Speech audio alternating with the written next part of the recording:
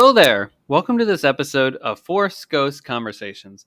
This is your host, Anthony King, and this week I'm going to discuss the fourth episode in the Light and Magic documentary series titled, I Think I Found My People. Before we get started, I'm inviting you to join the conversation with us. We can be found on Twitter at Force Ghost Pod. You can also follow us on Facebook, Instagram, YouTube, and TikTok just by searching Force Ghost Conversations. We look forward to connecting with you on those platforms then. Also, please be sure to subscribe, rate, and review the podcast on your listening site of choice. And finally, please be sure to check out our TeePublic store so you can buy some Force Ghost Conversations merchandise. And without further ado, it's time to gather around the campfire for some Force Ghost Conversations.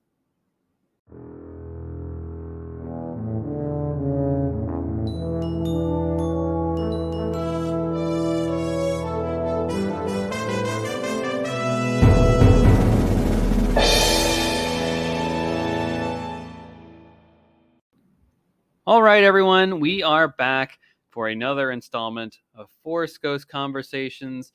And in this episode, as alluded in the preamble, we're continuing our coverage and deep dive discussions of the Light and Magic documentary series that is on Disney Plus, chronicling the story of Industrial Light and Magic, Lucasfilm's VFX special effects warehouse that works on basically all their projects and continuing to work on other projects that are in the vein that, I mean, of course, they're a business. They get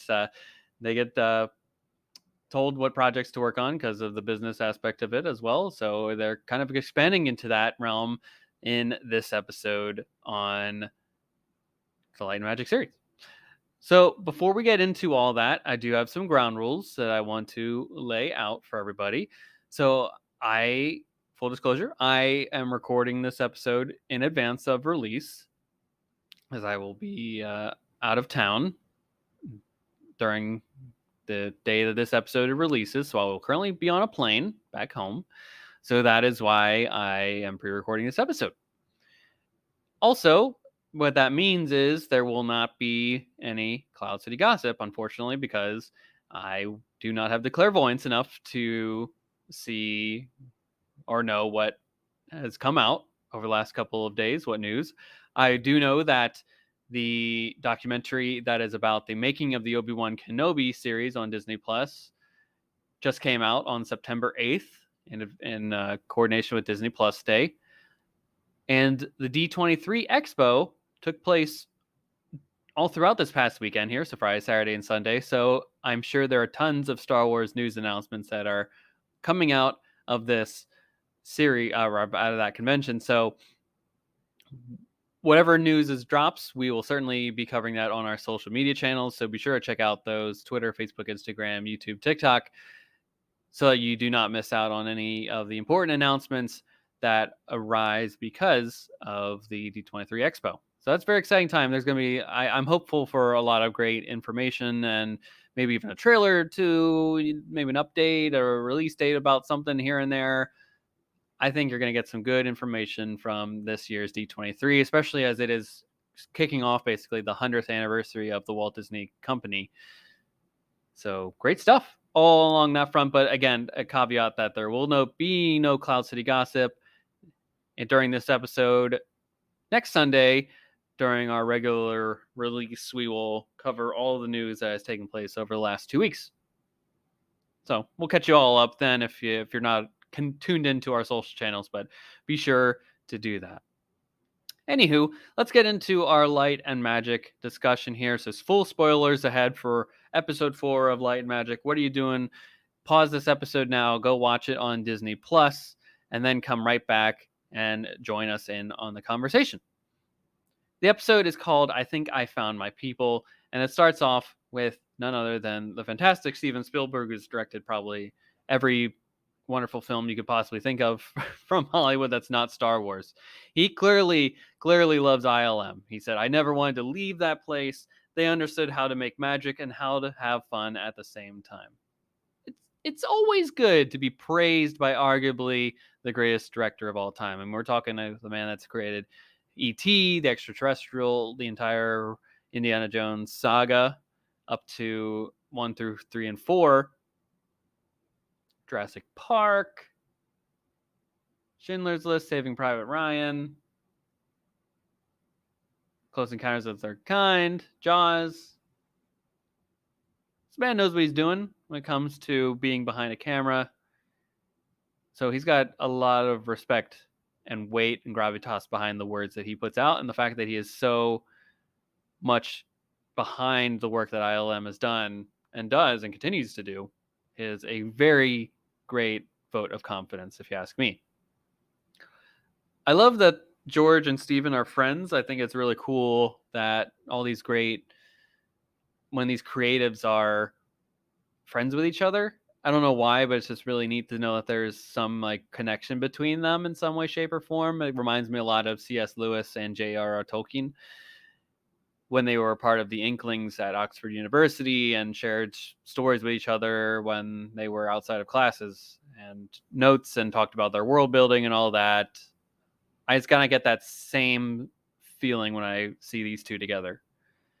Now, the story behind how Raiders of the Lost Ark came to be is as one of my absolute favorites, right? The dare that I want to do I want to film I want to do a James Bond film. That's Steven Spielberg's wish and hope that the Broccoli's won't let him do that for whatever reason. And George Lucas is like, I got a better idea. How about an American James Bond? And that's basically Indiana Jones. And that's where we get this idea of the B-grade action hero from the 1930s serials that Indiana Jones is 100% based off of.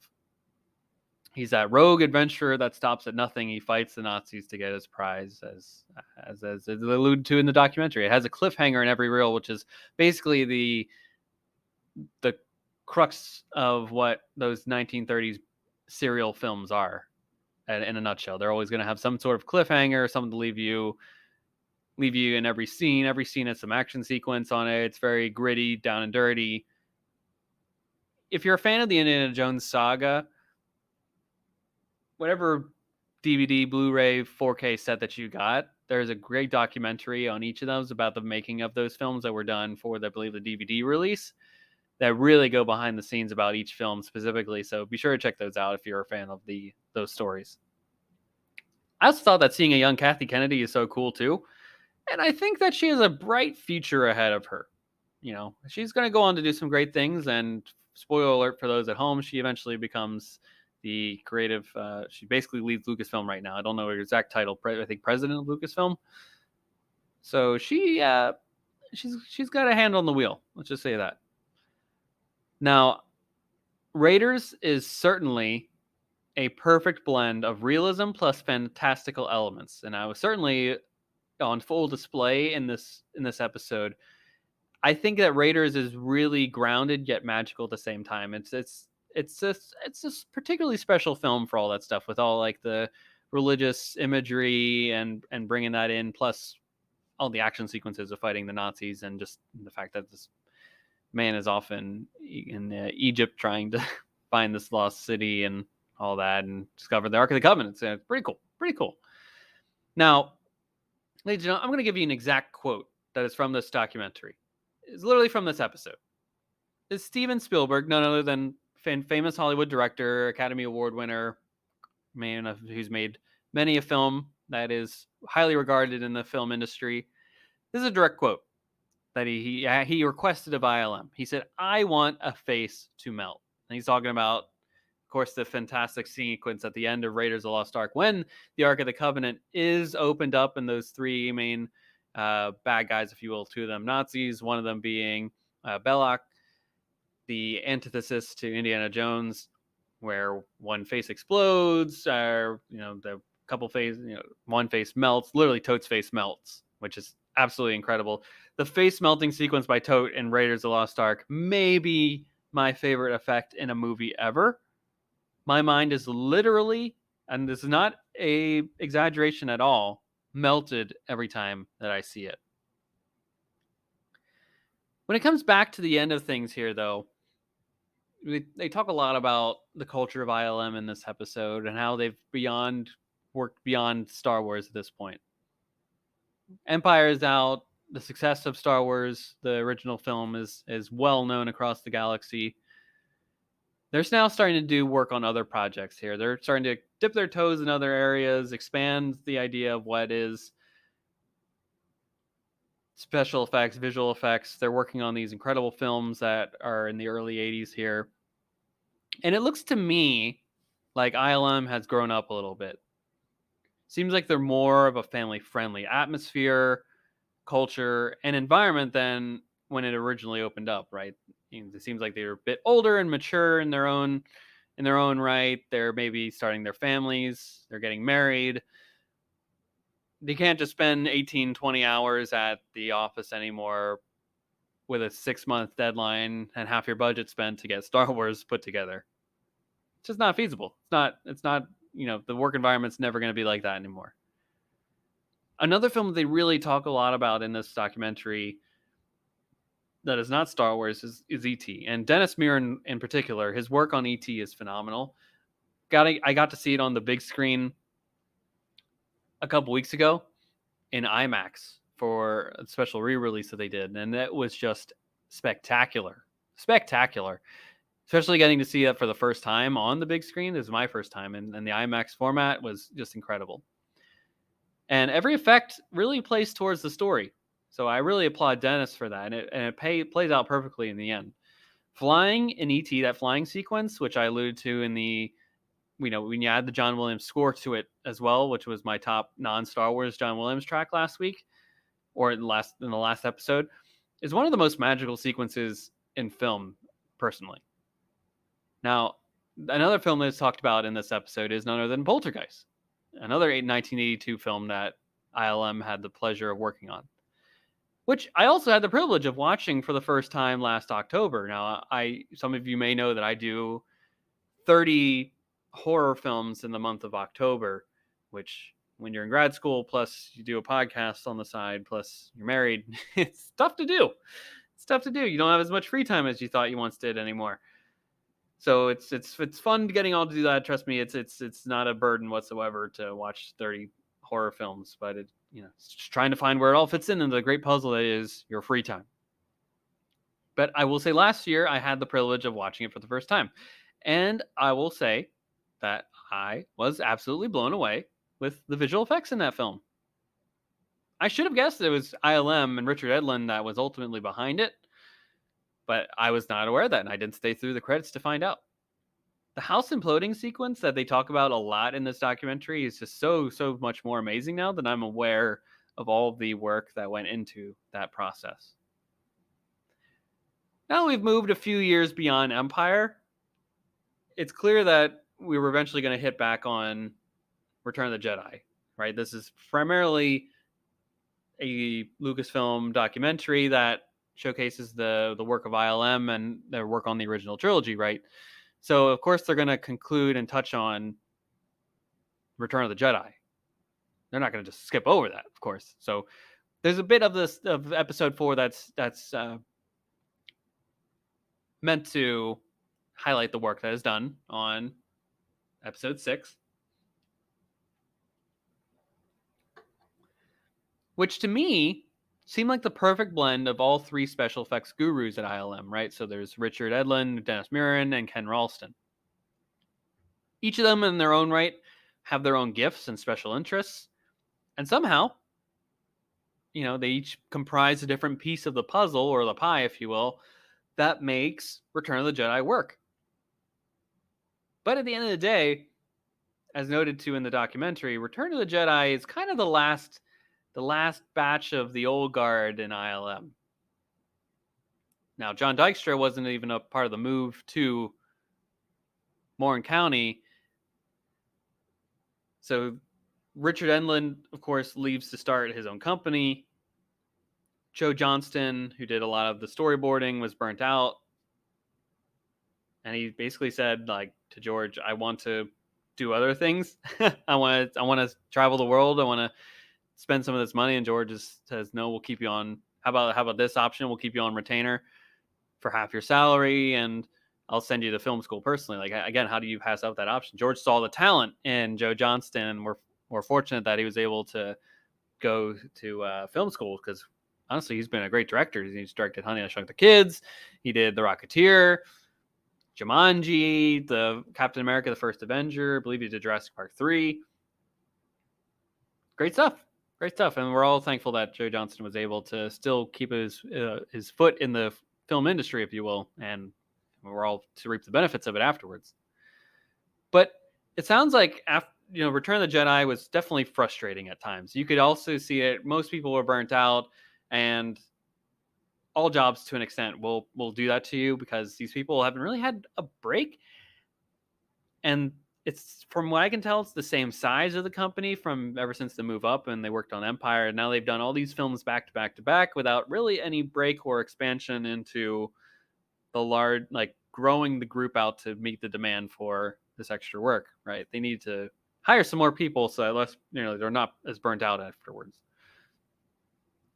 But ILM clearly wasn't hurting for work afterwards. After Return of the Jedi, once the Star Wars saga ends, they are headlong into working on other projects. And once the digital revolution comes around the corner, they're certainly going to not have to fight for properties to work on. That's for sure. Now, John Knoll comes up in this documentary a little bit here. You get a little tease into John Knoll about his story of when he got to first tour the Van Nuys facility at ILM, and right after the first Star Wars came out. And that man's going to have a bright future at ILM as well. Let's just say he'll come into this a little bit later in the documentary, in this episode in particular, about one major contribution that he and his brother just kind of made on a whim in their garage. Now, for this little story bit that he added here, it must have been fascinating to actually see some behind the scenes work at ILM as a 15-year-old. And the fact that they were just so willing to just like let a 15-year-old tour their facility. 70s was a different time, ladies and gentlemen. It's truly wild to think that what people did back then. I mean, I didn't say we, it's not like I was there, but you could, fit yourself in a room if you really wanted to, which it seems like he did. Now, check this out, everybody. Can you believe that Pixar is a spin-off of Lucasfilm? What hasn't arisen out of Lucasfilm? I mean, come on now. Star Wars, Pixar, Indiana Jones. Where would the film industry be without the ideas and creativity, passion, if you will, of George Lucas? Amazing. This man is really at the center of all innovation when it comes to the film over the last 50 years. George could see the future, honestly. Everything was going digital, and he saw the writing on the wall long before anyone else did, and people are reluctant to change, of course.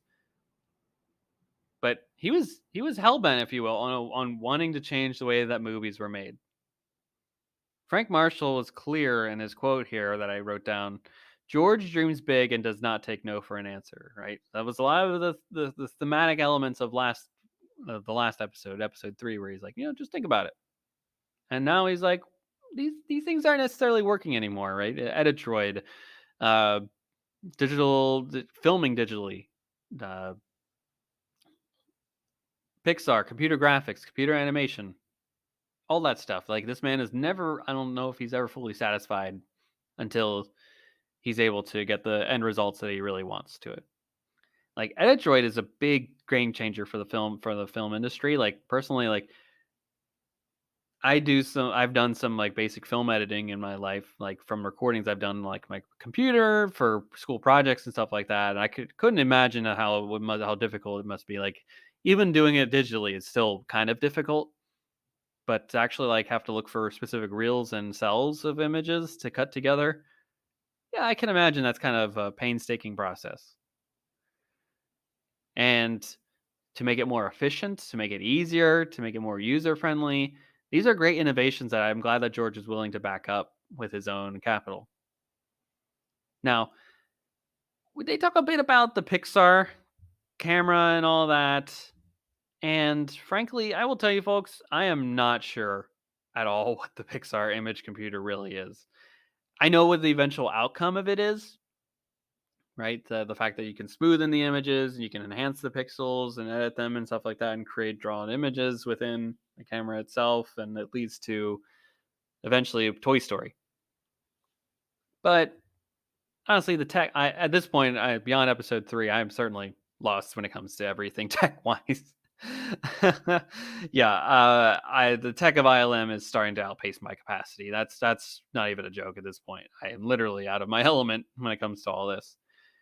So John Knoll comes back into the fold again. And because of this, what he saw with the Pixar image computer and how inspired he was from that, he literally went home and created a more user-friendly version of it called Photoshop with his brother, which literally, I mean, I wish I just had that wherewithal to just go into my, I had a brother in computer graphics. I don't even have a biological brother to do that with. So like, that's incredible just to even think of the possibilities of someone even doing that. Like, that just blows my imagination and comprehension out of the water. Is that even possible? How does one just create Photoshop in their garage? Like, how do you not just become a billionaire overnight because of that? Like, it's a part of our popular lexicon. It doesn't make sense anymore, frankly. Like, Photoshop is just there, and John Knoll, of course, goes on to do big and great things with ILM, and just the fact that he also has his patent on that, like, wow, there you go. Seemed to me clear that John Knoll, though, was a bridge between the old school and the new school at ILM. Like the old school, where it's the model shop and all that, stop motion animation, and then computer graphics are just beyond the corner here, but he's able to have his toes in both worlds. Now, Dennis Muren and George Lucas both had a sense that digital effects would be the way to push ILM further. Like, they're always looking for ways to expand. They're looking for ways to improve as a company, to push the bounds of what is cinema.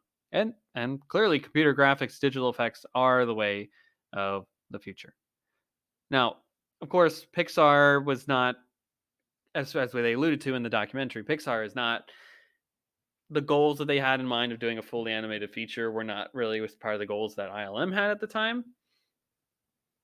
So in order to do that, and so that everybody could be on the same page there, Lucas sold them off. And Lucas sold them to this guy that kind of is a big deal nowadays, or even back then. Unfortunately, he has passed away in the last couple of years, but he did sell them to Steve Jobs, who would fund this company called Apple, and have a good time with his Macintosh computer, which I'm currently using a MacBook Air right now, and I have my iPhone sitting beside me. So we are certainly that man certainly had a good career in his life, that's for sure.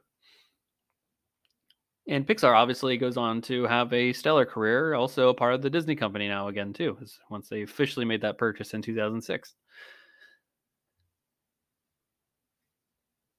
So ILM obviously after that was able to grow in certain ways that they had never been focused before. They were able to streamline their processes, create a computer graphics department that was aligned with the same goals that ILM had, and the digital revolution is full on, right? So this episode really is this like bridge between Star Wars, the original trilogy, those films that are like the early '80s, the Indiana Joneses, your ETs, Return of the Jedi, all that is like this bridge from there to the digital revolution, which is just literally moments away in episode 5.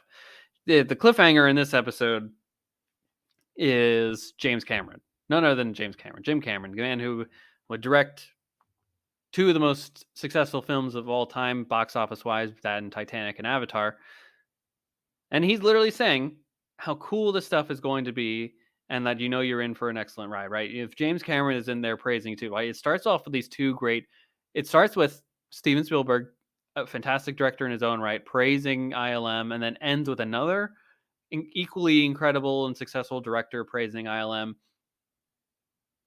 You are a fantastic film and special effects studio when that is the case. And that's just a few of the major directors and Hollywood creatives that continually praise ILM's work each and every episode. So with that, everybody, that is the cliffhanger for episode 4. They're heading full on into the digital revolution, and films like The Abyss and Willow and Jurassic Park are just literally around the corner. T2 also. Can't forget that another Cameron flick that is coming around the corner. That is it for our look at episode 4 of Light and Magic, titled "I Think I Found My People," which I think I found my people too. This has been a great ride to just like become. I almost feel like I'm a part of the ILM sphere in some way. Like, you're just getting connected with these people, you're rooting for them. You feel bad for them when they suffer hardships, and when they fail and have shortcomings, like, right, you just feel like you're a part of this grand family that they've cultivated here, which is really special. And we're going to keep going on. We've got 2 more episodes here of our light and magic discussions to fully flesh out everything in the light and magic world. So that is it for this week's episode of Forest Ghost Conversations. What are you thinking of light and magic? Are you loving it just as much as we are? I hope so, because ILM is a super big part of all of the Lucasfilm structure, and basically in all of these films that you know and love in other aspects of the film industry. So be sure to join the conversation with us. We can be found on all the social media channels, of course: Twitter, Instagram, YouTube, TikTok. Just search Force Ghost Conversations. We'll probably be there. Tell your friends all about us. Subscribe, rate, review the podcast on your listening site of choice. And be sure to check out our TeePublic store so you can get some Force Ghost Conversations merchandise in your life. But with that, everybody, that is it for this week's episode. We'll be back next week with a brand new episode in the Star Wars galaxy. So be sure to check out that, and hope you all have a great week. May the Force be with you. Take care.